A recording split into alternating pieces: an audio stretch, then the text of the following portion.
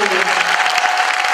Государственный оркестр народных инструментов имени Атара Хунсария, Республика Адыгея, Абхазия, Братская Республика, художественный руководитель Денис Арука.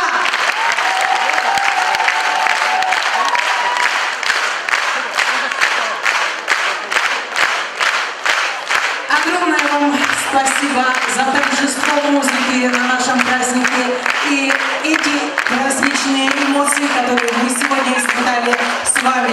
Дальнейших вам творческих успехов, достижений.